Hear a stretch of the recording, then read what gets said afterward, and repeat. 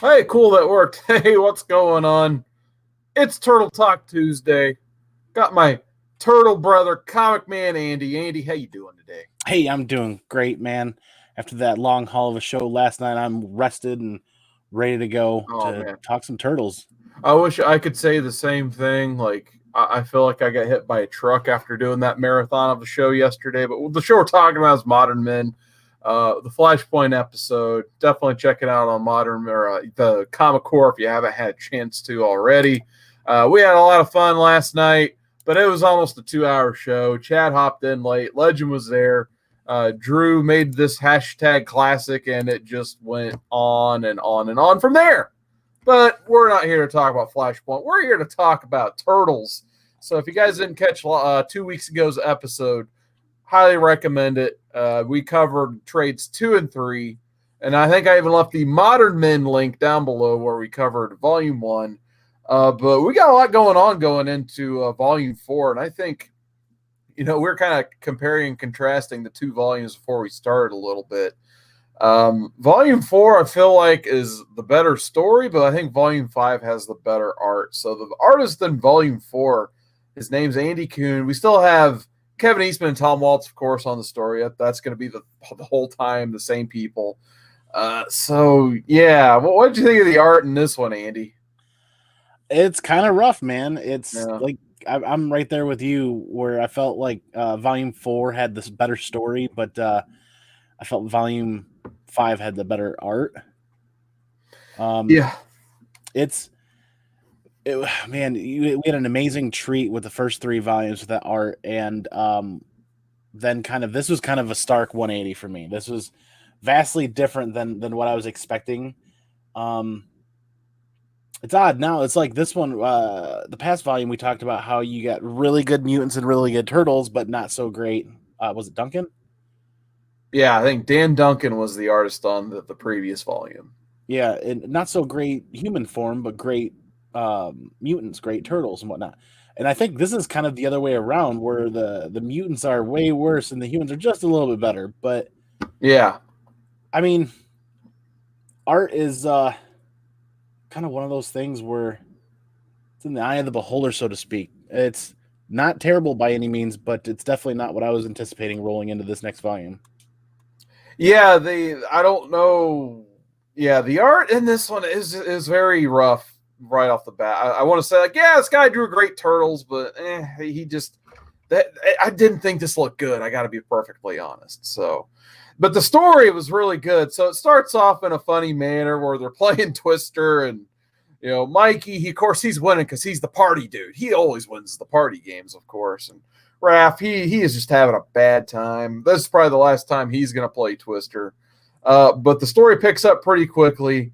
Casey and his dad didn't get along. So Casey looks like Hamburger. The artist did a good job drawing faces like Hamburger. So thumbs up there, I guess. So Casey, he arrives at the Turtles Antique Shop, and it's just no good from there. And April kind of doesn't know what's going on with Casey and his dad until she goes and gets the Dunkin' Donuts, basically. And Casey is on the ground looking like Hamburger, and this is where you kind of get to see the start of their, empathetic relationship for him. So what do you think about Casey and April together? This is going to be very interesting dynamic to see play out. Did they have that dynamic in the movies? I can't remember. It's on and off. In the first movie, they did have that toward the end, where they got that big, kiss at the end of that movie where the turtles are cheering for him, and Casey's like, "Screw you guys, yeah!" And then, like, I don't even know, like, he's just a comic act by the time 3 rolls around, and April's traveling in time, and I don't even know if they have a scene together because I'm not going to watch that movie again because it sucks. But they do have it at the end of the first movie.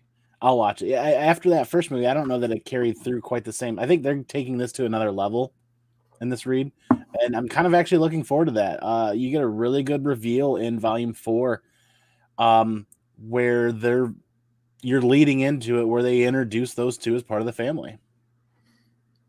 Yeah, another interesting dynamic is Shredder and Karai. So Karai, she's just getting crapped on. Shredder's going to be tough. he's got to be tough on his granddaughter here. And it's to the point where he doesn't even want her as the inheritor of the Foot Clan. So what did you think about this training sequence between Karai and Shredder? It's pretty interesting because he had her go through 3 or 4 iterations of training events, and he failed her every time and said she's not good enough. And she took it surprisingly well. And in fact, more like a military mindset or standpoint where she's just accepting of the orders and decides to continue on. You can tell she obviously doesn't agree with it. In fact, she does talk about that a little bit, but she takes it surprisingly well. She also takes some more news that you'll get into surprisingly well also. Yeah, let's break from the story for a second and say hi from our friend from our Japan, K Titus. What's going on, man? How you doing, K Titus?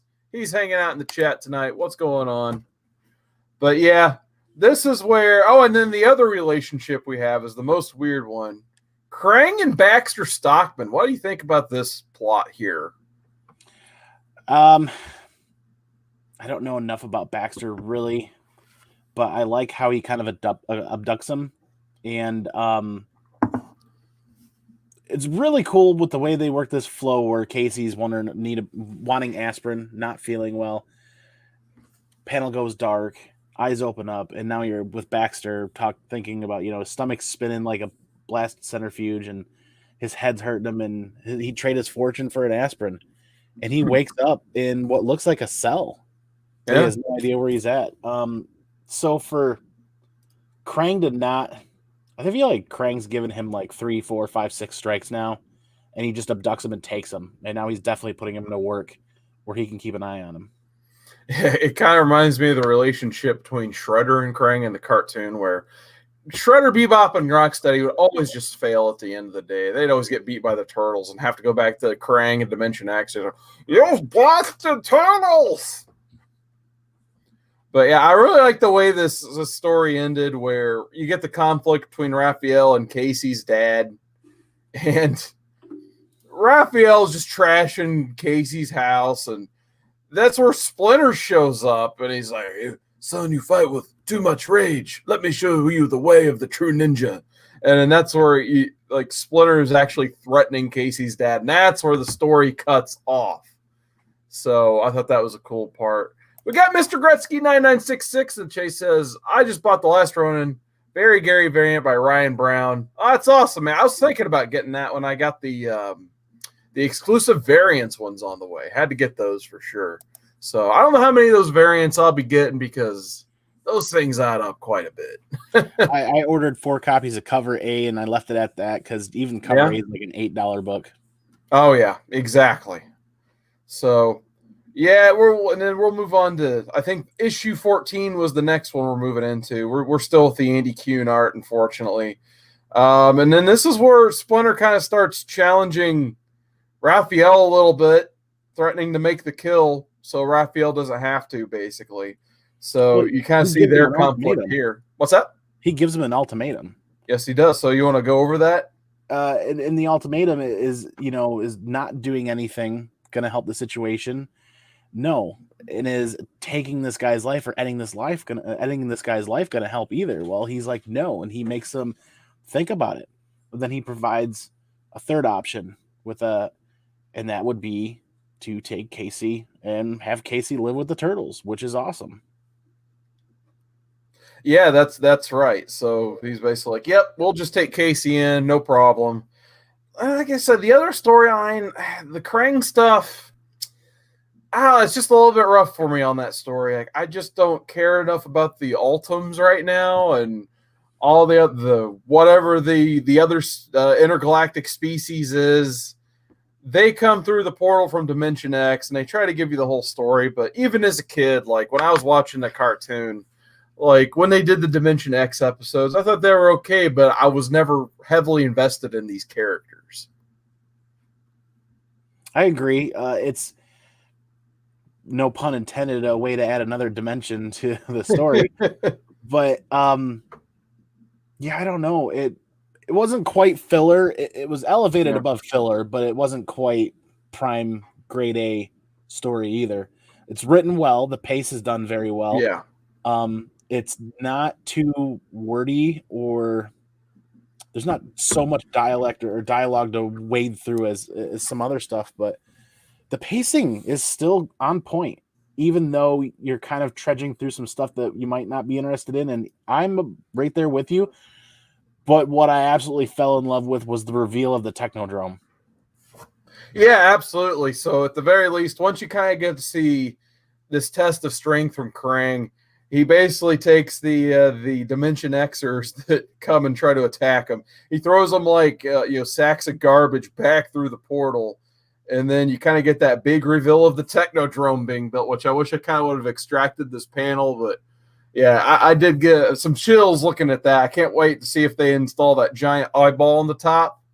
I'm assuming they better. I'm assuming they're going to. So then back at the turtle lair, we've got Casey and the turtles hanging out, and that's where they drop the bombshell on the brothers that, hey, here's your new brother, Casey Jones. His dad treats him like garbage, so we're taking him in.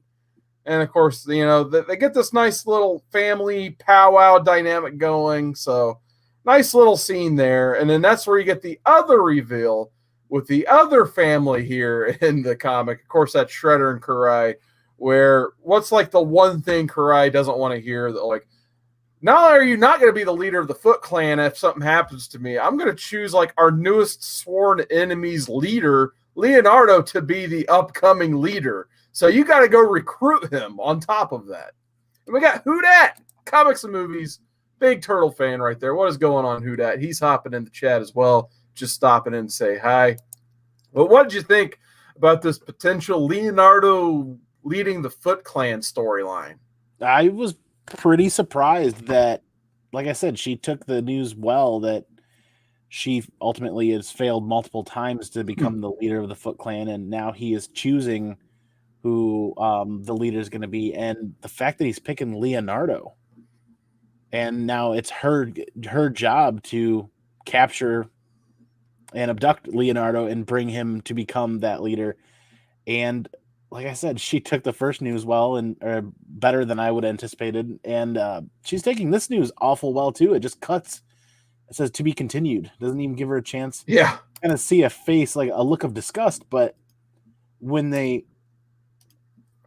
move on to the next book, they don't revisit it. They don't drop you at a cliffhanger there, but then they don't bring you back to that at all. Yeah, So like I said, between the next storyline in this and the Krang War coming up in Volume 5, they kind of give you a break from Shredder and Karai, and I think that's where the pacing kind of got to me a little bit, especially going into that Volume 5, where it's just like, I really enjoyed the Karai storyline, and then it just kind of cuts off, and then you get a whole trade kind of without it coming up. Yeah, almost. I think they revisit Shredder and Karai having dinner and going over her plan, or talking about her plan a little bit, but that was, what, 2 pages? Yeah, exactly. It was very brief and could have been easily cut out if they needed to. But yeah, we do open up in the next issue of this trade to another kind of left field, but kind of awesome at the same time storyline. And that's where they're experimenting on a new turtle after they lose the other 4 turtles, trying to kind of recreate their success. You even see old Hob sleeping on their couch at the lab. And you figure out they're making Slash. So, Andy, do you have any fond memories of Slash? I do. Not right off the top of my head, but I was delighted to see this character being introduced in this manner. And I like how they drugged Hobbs to steal some of his blood so that they could do this experiment. Yeah. He put something in his lunch and he passes right out. Yep. And it's interesting, the dialect or the vernacular they use as they go, because not only are they trying to grow him into a larger animal, but they're actually like combining what they did with the turtles and what they did with Splinter in the first volume. Right. So they merged both of those, because it's coming out of Hobbs's blood. So the psychotropic drug, and then they're trying to introduce not the ooze directly, but I digress. As the panels go on and as the story goes on, you hear little bits, little thoughts from him: hunger, hunt, just like basic emotions, and then you see that grow as he grows, and that was actually really neat. Yeah, I definitely enjoy that. He definitely has that Frankenstein's monster brain where he is not obviously as coherent as the other turtles and Splinter were. But man, as we go on, we kind of debate, if he's going to be, a good monster, a bad monster, just misunderstood. So then you get the scene with Michelangelo hanging out with his one human friend he's made so far besides Casey, and that's the guy who hooks him up with the pizza, Woody. So we don't get to know Woody too much, but he gets attacked by Slash from the dumpster. Like he's used to like the other, like Raphael was hanging out in the dumpster in Volume 1, so I think he kind of got used to helping out the other turtles and that stuff. So he kind of assumed like, oh, another friendly turtle. How you doing? And he just gets attacked. So what do you think of Woody? Do you have any thoughts on Woody? I really liked Woody as a supporting character, kind of that bridge to the normal world where there was no explanation, there was no dialogue, there was no discussion about who, what, where, why are you like this? Just like, hey, you love pizza, you love my pizza, here you go, man. There you go, boy. Just hooking them up with pizzas and just enjoying the interaction in the company. And I forget some of the things he said. But then for that to be just completely destroyed, that and that's actually something that's very detrimental to Mikey. Yeah, no, absolutely. Yeah, he takes that really hard. He had a really good friend. It's like when you're 8, 9, 10 years old and you make your first real friend on the block, right? Yeah. And then something bad happens that you can't control, and that friend wants nothing to do with you again. You're pretty crushed, right? I mean, that's your first major friend outside of your family. So that's actually a really big deal for Mikey. That's pretty heartfelt. Yeah, you even see him like, we'll get into the note later that Woody leaves, but you kind of see him like constantly reading this note between the end of this volume and the beginning of the next. So yeah, it definitely they don't really like, you don't realize the weight of that friendship until it's over, unfortunately. But yeah, the turtles, they're out. I believe they're looking. I don't know if they're just looking for their new home or looking for Slash, but they're out looking for, they find this church basement. And I'm like, oh, this might be a nice replacement home, so we don't have to be, hogging April's antique shop, basically. So they're chilling in this church basement because it has a couch and some other, rec room type stuff. And then in the shadows, this is where they meet Slash. So I do admit, I do kind of like the Andy Kuhn art on Slash. I think it suits the character pretty well. I would agree with that quite a bit. I mean, he retains much of the snapping turtle kind of aggressiveness in the facial features and in the hands and legs, but he looks pretty freaking rockin' evil in this. That one giant one-page piece, he's standing there with that the nuclear waste sign right above his head, or the radiation fall. Yeah, that one. Yep, that was probably my whole favorite page out of Volume 4. He really does do really well with that, with Slash. Yeah. And the use of just the flashlight down there was pretty cool. Yeah. So yeah, he whips that turtle ass here. Like he pretty much takes out a good chunk of the team for a minute. And then the next one's just a lot of the fight. I mean, they just have an issue where it's just mainly them fighting. It cuts back to Baxter and Krang and the Dimension X stuff, but like I said, just me trying to get invested in that storyline is difficult. I got to be perfectly honest. And then, you get to see the rest of the fam hanging out at the antique shop. But yeah, the most of the rest of the trade is literally just them fighting. And I think it gets to the point where Casey and April, they go looking for the rest of the turtles because they haven't come home yet, basically. And they knew where they went, luckily. So when April and Casey go and meet the other turtles, they peek their head into the basement and they spook all of the turtles long enough to where, Leonardo's like, you got to get out of here. You'll die because you're not Ninja Turtles. You're going to die. So somehow in the scuffle where Leonardo goes, no, wait, stop. He accidentally stabs Slash right through his neck, basically. And he falls in this puddle. He accidentally grabs his bandana. So he kind of has, a memento of their fight.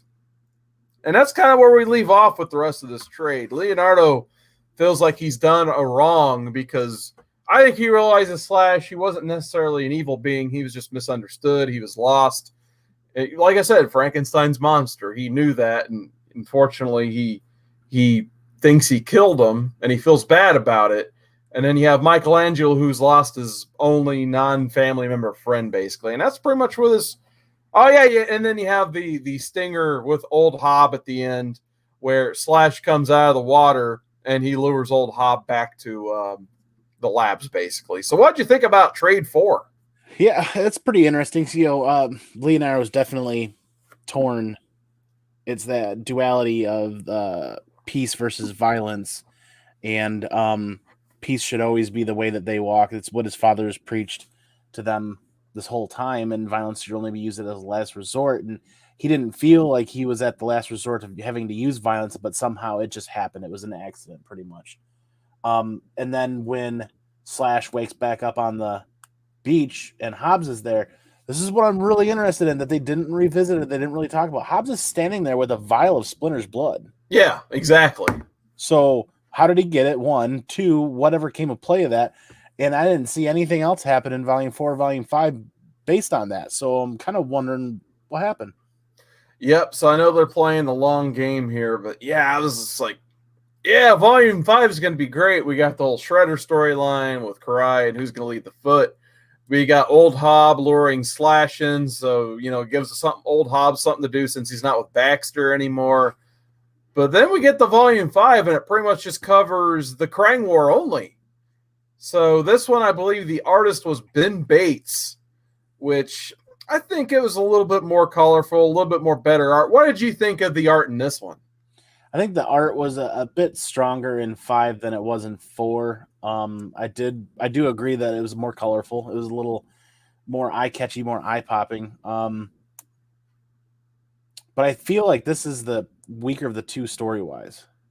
Yeah, I agree 100%. Like I said, like the first trade we read for this, I read last week in like maybe 40 minutes. It was a real quick read, especially since there's that big Slash fight, which it's action heavy and light on dialogue. Mm-hmm. But then you get to this one, and I gotta be honest, I had a little bit of a tough time getting through this one just because, like, I just don't care about the Dimension X characters. I'm sorry, I just never have. And I think of all the storylines they have running, the Baxter and Krang is the one I care the least about. So to dedicate this whole volume to that. Hopefully, at least after this, we'll get back to the fun storylines. But this one was kind of a slog to get through. Yeah, and I think it took me actually a couple hours to read this. Not because it was a long read, but because every couple of pages in, I get distracted by an alert or a message or, hey, so-and-so posted a YouTube video. I would watch that and realize, oh, yeah, I'm running out of time. I got to get back to finishing this. Or it was dinner time. It was really easy to get distracted from this just because the story wasn't pulling me in as much as I had hoped it would. Yeah, absolutely. So we got a couple more people hopping in the chat here. We got Bob World. What's going on, Bob? How you doing? Always like seeing Bob. And then we got Bub's Comics. He says, Turtle Talk. Is this a discussion about cold pools? Bub's Comics, one of the best for sure. That No Faces chat's still one of my favorite Monday night shows for sure. So shout out to Bub, shout out to Bob World. Two of my favorites for sure. But yeah, it's kind of lame even how the Turtles get dragged into this whole thing. So it's your classic, like, let's have the two like good guy factions not know each other, then have a miscommunication and fight each other, and then somehow they all get teleported to where they need to be. Yeah, and the further you further we dove into this, the more the art really felt anime like with a lot of the characters too, which kind of threw me off. But yeah, they just didn't know each other at all, did they? No, that's the miscommunication. Like April was talking with the character we're gonna get to know here in a second, and the Dimension X, the Neutrino people, they needed him back for the Krang War, basically. So when those guys pop in, that's when the Turtles get a call to action, and then they just go attack. It felt that definitely was not ninja-like at all, obviously. So, nonetheless, it gets everybody to Planet Neutrino and Dimension X. Well, at the exception, of course, April and Casey. They get left behind, and my favorite moment actually comes where they have to go tell Splinter what happened or what they think happened, because they don't know. They just saw everybody disappear. Like April's at least smart enough to assume that they were teleported, but you get to see Splinter have this ultimate dad moment where he's really worried about his sons, and he breaks the broom he was cleaning up with. Mm-hmm. And then he apologizes for it. So I thought that was like the coolest moment of this whole thing, was Splinter breaking his broom out of frustration. Yeah, so it's right there. And then even April and Casey are just like, what did we just see? So, yeah, all you need to really know is there's a big battle going on. The Turtles have decided to help out at this point, because what choice do they have? Like, they don't know how to do dimension traveling. The Neutrinos do. They're helping the Neutrinos, basically, because they're going to need a way to... Oh, and then Michelangelo hears the word princess, sees a hot babe, and decides to help. Very Michelangelo moment, basically. Yeah. We'll try to put more pictures of Bub in the background, I guess. He says very bland backgrounds. Yeah, for sure, in this one, too. Yeah, the background in this story, it's just an orange back, which, hey, I understand it's Mikey, but yeah, he's got a good point there. There's not much going on in the backgrounds. And even in this panel here, and I kind of wish I had the share screen, like, this is where they kidnap the girl's parents, the king and queen, and you can't even tell who they are. Like, they're just little shadows on the ground. Right. So I was just like, it took me like a minute. I think I had to go read the other page, then go back to figure out who these characters were. Bub makes a really good point. I didn't think about that much until he brought it up and we're talking about it. Yeah, there isn't a whole lot of substance beyond that. Yeah, they didn't even draw a background on Mikey's action panel there. It's just white. Like, a very good, an excellent way of conveying action in a scene. But yeah, exactly. There's no substance beyond that. So it made it very flat. Actually. Well, you did say it did kind of give that anime style you were saying earlier, where it's just when they go into that action scene, it's just like either lines in the background or color. I almost feel a little bit like you're very close to reading just a manga in black and white. Just remove the colors, and it's pretty close to that.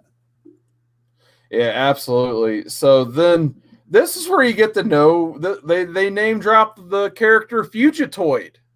So did you have that Fugitoid action figure, Andy, when you were a kid? I think one of my friends in the street did, and he would never give it up to anybody. Really wish I would have read that miniseries. In fact, my LCS has a copy of number 1 and number 2, and I might grab those depending on what the price is, because that'd be really cool to have. Yeah. If you do read it, let me know how that was.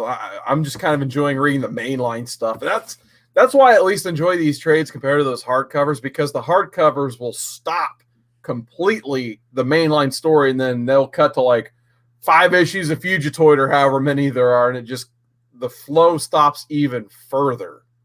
So that's why I'm really enjoying reading this in the trade format instead of popping open the hardcovers I have. Because at the end of the day, I just want the main story.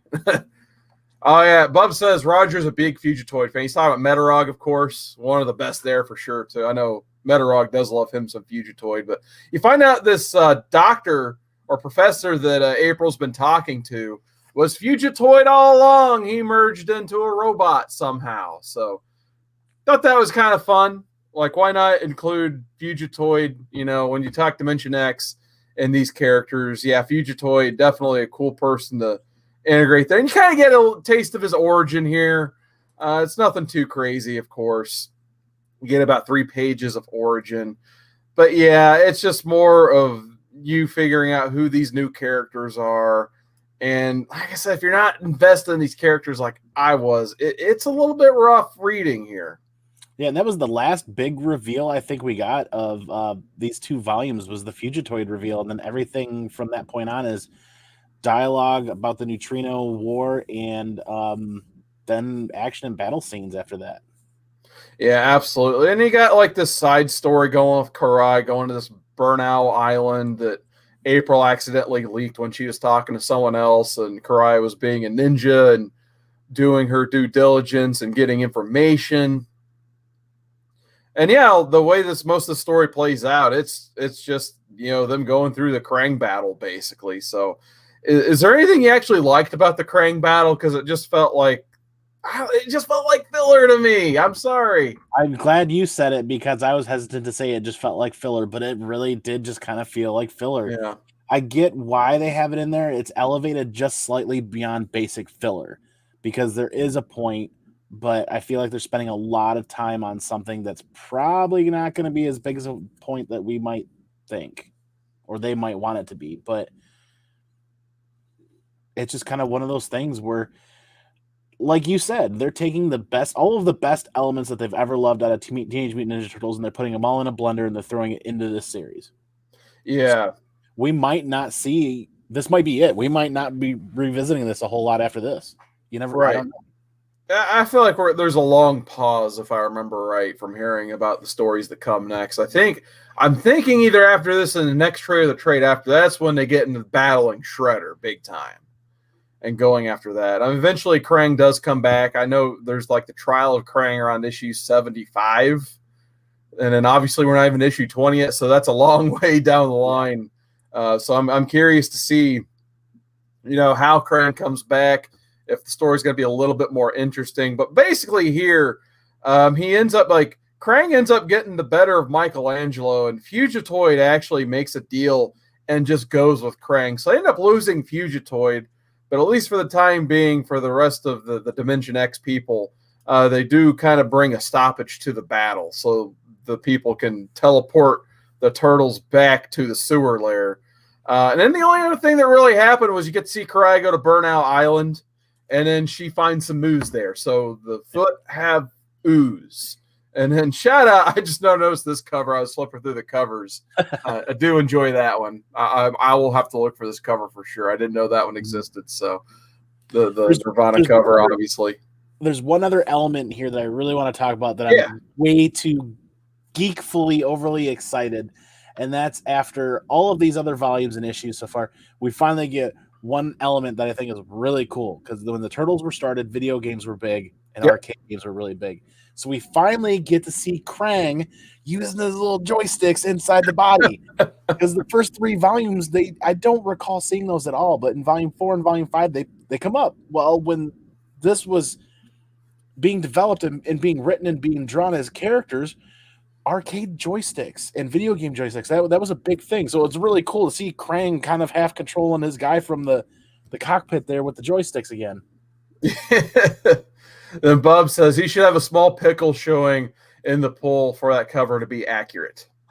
They used to have those little turtle tails in the older one, at least. I'm surprised he didn't have his little tail peeking out the back of the shell there. So, but yeah, that's at least the good thing about these trades. They're 4 issues, so even when they're average, you only have to read them for 4 issues. But I really enjoyed the first volume we covered.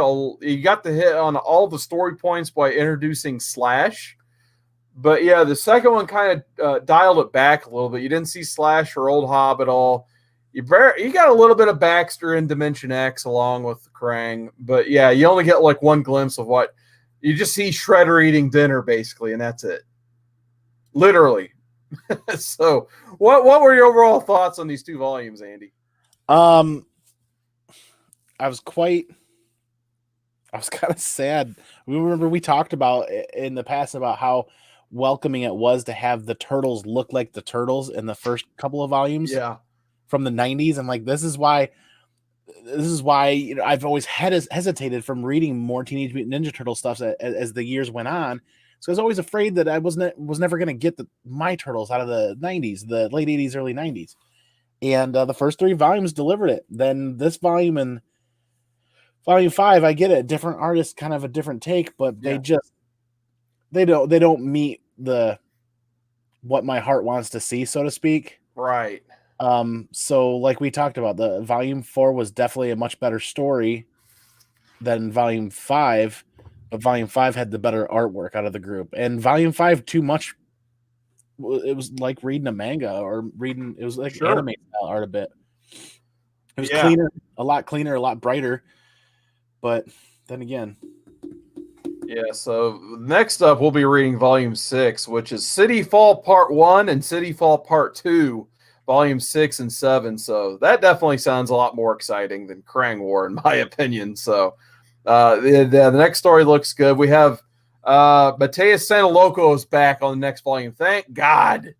One of the better turtle artists. So I think the next 2 volumes, we're going to get some of the better art back that we didn't get in this volume. So I think it's just the classic. Let's save our best artist for the better volume. Yeah. Was he on number 1 and Duncan was on 2 and 3? I think he was in volume 2, if I remember right. Or either volume 2 or volume 3. I think Dan Duncan was the guy who kicked off the book and then was back and forth. But then they had Santaloco come in, and I think his art really starts to steal the show. Because when I started reading this turtle run, because I started with like Shredder from Hell and City at War. The Shredder at Hell artwork I thought was amazing, and he's the one who did that. Dude, I'm peeking in this right now, and it looks like Eastman straight up and down. Yeah, on the interiors. Yeah, so I think he has a lot of Eastman influence, which hey is absolutely perfect for Ninja Turtles. So I'm looking forward to the next few volumes. I think we're going to get some payoff with the Foot Clan versus the Turtle Clan, and that's what I want to see. That's my favorite type of turtles right there. And, we actually didn't even in these 2 volumes we never saw one purple dragon. True. Good point. So they took the last 2 volumes off. So I'm wondering if hopefully they come back and we get to know those characters a little bit more coming in. But yeah, I'm really looking forward to the next few volumes for sure. But yeah, that pretty much wraps up our review for these 2 turtle books. So Andy, where can people find you? Because I know we got the Crisis Trilogy coming up, the end of the Crisis Trilogy next Monday on Modern Men. Oh, man. You guys can find me on Modern Men every Monday, like Carson suggests. Probably my favorite show to be on every week, because I always learn so much. And then I get mind overload and just have to kind of sit and listen like this one. We went at almost 2 hours last night. Yeah. Talking about that. And that was a lot. That's a lot of DC stuff that I got to absorb and take in. You can find me on Turtle Tuesdays every other Tuesday here with Carson. And the Wednesday show every Wednesday, hanging out, just having a good time. Andy Given Thursdays is coming up again. We're almost there. Oh, nice. We did top 5 street level heroes last Thursday. We're going to take it and flip it and do top 5 street level villains next. Oh, nice. We're looking forward to doing that. And then I just do a little bit of dabbling on my own channel with some hauls and some unboxings and stuff like that. Yeah, actually, you got me through me doing dishes last week. I had a bunch of dishes to do, so I just turned on and listened to you like a podcast. And I gotta say, I was surprised none of you guys picked Spider-Man for your street level characters. I think I think that was something that everybody thought would just be on the top 5 list, and I think we just wanted to have fun with it and not make it like the best 5, but what our favorite top 5 would be. Bub's killed me. He says Andy's beard looks like it slots into a charging dock. That's pretty cool. It's not wrong. Oh man. But yeah, you can find me. We'll tentatively be back here talking turtles on the 20th. If not, we'll figure it out and let you guys know, depending on work schedules and such, because I don't have my work schedule for that week, I'll be honest. So hopefully we can be back talking turtles on the 20th. Check out my October Reads videos. Actually, after I get off of here, I'm going to record video number 7 because that's how close I'm cutting these videos. Wow. Be talking TMNT Ghostbusters, actually. So I'll give you my thoughts on that tonight at midnight. And go watch the other 6. And if you like contests, I have a contest going right here on this channel.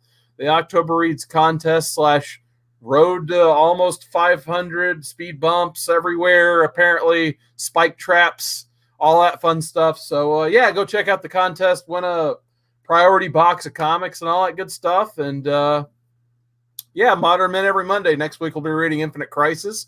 Week after that, looks like we may actually be reading Gideon Falls. It's beating an Alan Moore book. It must be good.